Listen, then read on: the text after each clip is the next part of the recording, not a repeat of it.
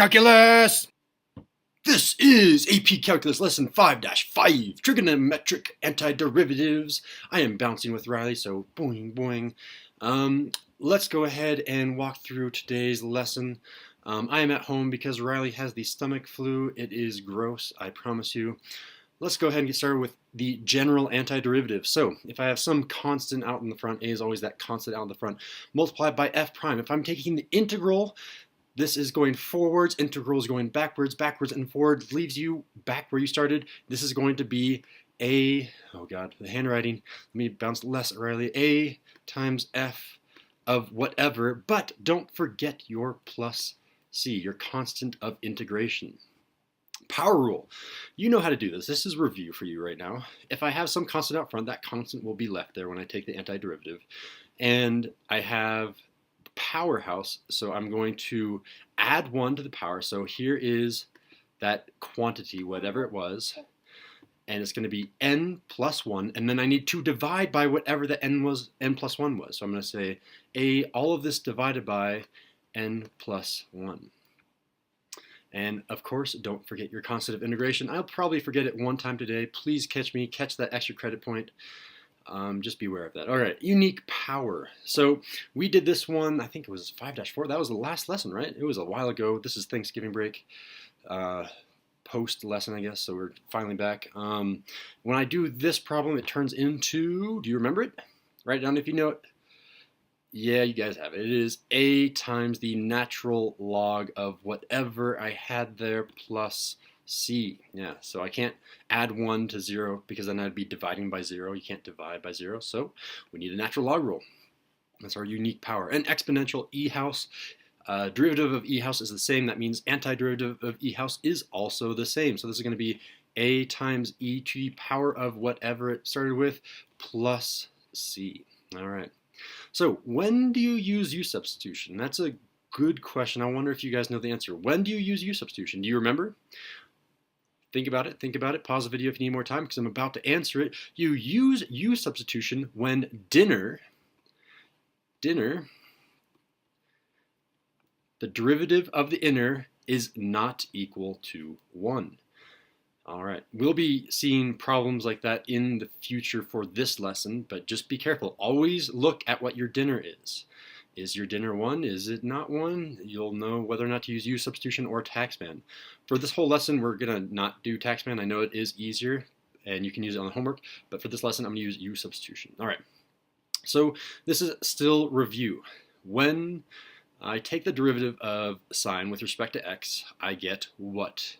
Is it positive sine, positive cosine? What is this thing? It should be just cosine. Cosine of whatever I had.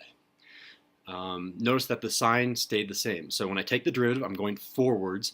S stands for same. It is the same sign. This was positive. This is positive. If it was the derivative of negative sign, it would be negative cosine. It stays the same sign. That's why it starts with an S. Same sign. That's how I learned this rule, and it will help you when you're going backwards. C stands for change. Change the sign. If it was positive, it is now negative, and it switches from cosine to sine of whatever. All right, this one I don't think we have learned before, and I'm going to teach it to you right now. The derivative of tangent is secant squared of whatever. And this is a fancy way. This is, if you don't like secant squared, that's the official notation. It's the same thing as taking secant of whatever you're looking for. So secant of something, and then all of that, secant all of that quantity to the power of 2. All right, so now we're going to go backwards. So these are easier now that I've done some review here. But when I'm taking the antiderivative of sine, what is it going to be? I still have that a. So there's my a. Is it a positive a or a negative a cosine of the quantity now? And you should be looking up here. Okay, well, if I start here and I go forwards, that's going this way. So cosine changes to a negative sign. So these have to be switched. It is a negative. And that's going into the a little bit too much. It is a negative. And here is the way that I remember it. When I have the antiderivative and it's the same, anti-same is change. So change the sign. This is the antiderivative of cosine, antiderivative of change. Anti-change is same. So this is going to be the same sign here. If it's the same sign, this is going to be a times, come on now, a times sine of whatever quantity I have. And yeah, I forgot. I knew I was going to forget it once. If you caught it before I did, log yourself the extra credit point. And finally, we have secant squared. We just learned this one. This is going to be just a tangent of that quantity plus c. Easy peasy. Now you know that rule. Anti-same, anti-change. It does help you if you remember it that way, or you could just rote memorization it. I don't know how you want to do it. Whatever works for you. Example 1, example 2, and we're done. So let's take a look here. We're taking the antiderivative of this beast. Okay, so first thing I'm going to do is I'm going to see what house I'm in. It looks like I'm in a trig house because I see a sine. If you see a sine, cosine, secant squared, anything like that, you are in trig house. I'm in trig house, which means I need to now check the next thing, which is dinner. Here's my inner. The derivative of that inner, the dinner, is 10. 10 is not 1, therefore I am using U-Substitution, or taxman. In this case, I'm using U-Substitution. Okay, so things that I need for U-Substitution. What are they? Answer them now. All right, you're unpausing the video because you've answered, or you just answered it that quick. U-Substitution, you need two things. You need U. We know that U is the inner, which is 10x, and I need to solve for dx. So I'm going to say, if I take du dx, take the derivative of u with respect to x, that's going to be 10, and then I'm going to multiply both sides by dx, do some math to solve for dx, and I get dx is now equal to, and it's the reciprocal of this, 1/10 du. All right, now I can actually do the u substitution. I can substitute in those values. So this is with our new values. Let's switch up a color here and I'll make it a little bit more interesting. 5, come on now, 5, nothing happened with you. It's still there. Sine, nothing happened. Oh, why so much lag? Sine, nothing happened with you. Okay, now we have our u on the inside because that's our inner, and dx has been substituted out. We now have 1/10 du. I'm gonna write my 10 over here, 1/10, and then I'm gonna put my du here, and you can see that clearly simplifies to 1/2. I'm gonna go ahead and take the antiderivative, knowing that that's 1/2. So when I take the antiderivative, that goes away, that goes away. Antiderivative here is now just 1/2. Okay, anti-same is change. So it's going to change the sign. It's going to be a cosine of u. Come on now. That's going to be my u right there.